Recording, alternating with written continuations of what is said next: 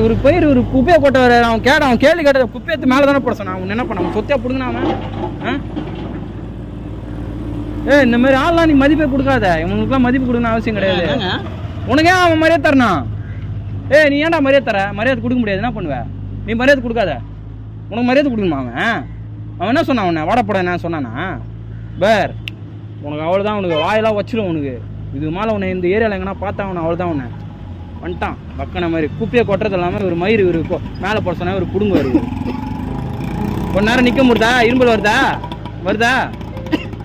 அவன் எப்படி செய்வான் அந்த வேலையை? பாவம், அவன் எவ்வளோ கஷ்டப்பட்டு செய்வான் அந்த வேலையை.